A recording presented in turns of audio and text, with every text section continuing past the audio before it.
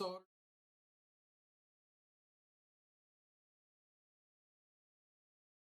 We're going to be cutting and soldering some LED strips. The strips that we have here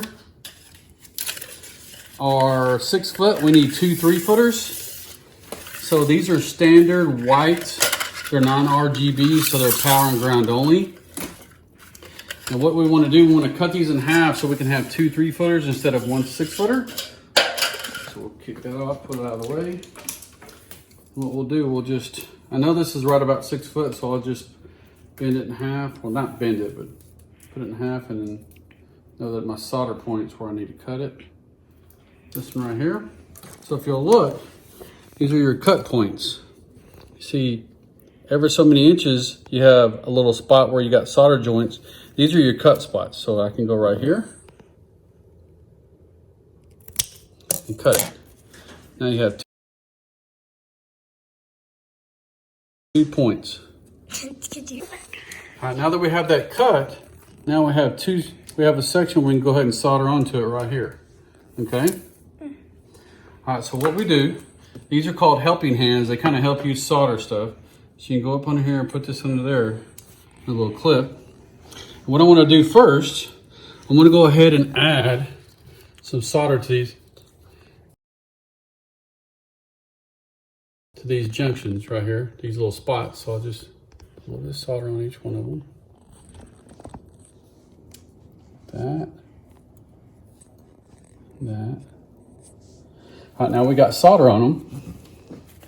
Now what we want to do is get the wire that we're going to utilize for this, which I have some 18-2 stranded wire here, and it's pure copper. You want to try to use pure copper when you can for better connectivity. I'm going to strip back just a little bit of each one.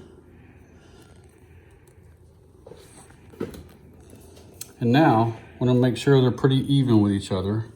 So if you'll look, one of them's a little longer than the other one. So we'll just pull it out a little bit, make it the same. And we'll put these under our helping hands. But what we want to do first, we want to pre-solder this wire. Okay? I'm going to go ahead and put solder on it so it's easier to make the connection between this and the LED strip.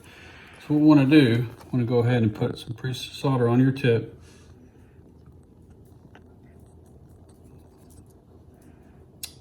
And pre-solder these.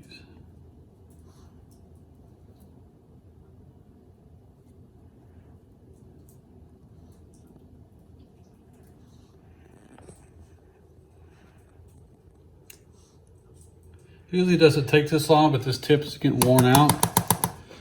So it takes a little bit to heat up. Now what we'll do, we'll go ahead and recheck, make sure our links are right, and we'll go ahead and cut these back just a little bit so we don't have so much exposed copper there. And now we can get our helping hands closer to where we go on. So red is positive, black is negative. You'll notice on this strip we have 3 spots we can solder to. We have a negative on each side.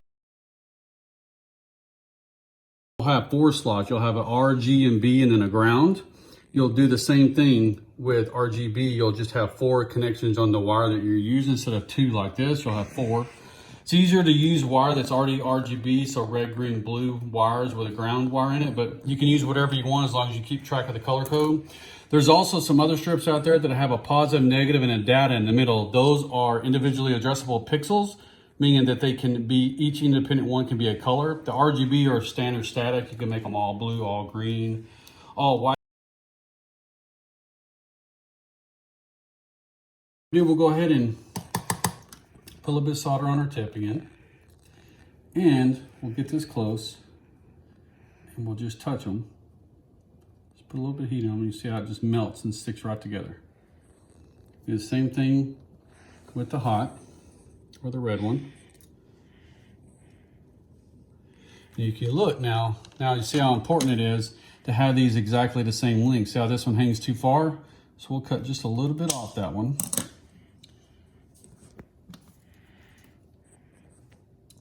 A little solder on our tip, and then don't leave it too long, just enough to melt both the solders together.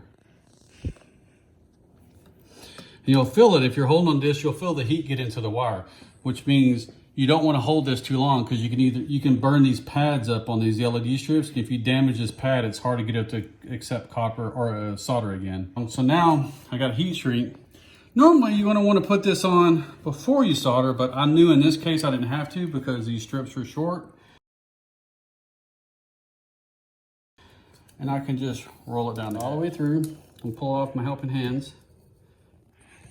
But this is going to be inside. I just wanted to use these with silicone on it to help guard the wire right here on the edge. I already had a heat gun, so I'm going to use this to shrink the heat shrink. So you don't want to hold it on there too much. You just want to roll over it. You can see it's already shrinking down. Go up under a little bit. Not too much. Put it down. Now you can see the gel coming out of the ends of it.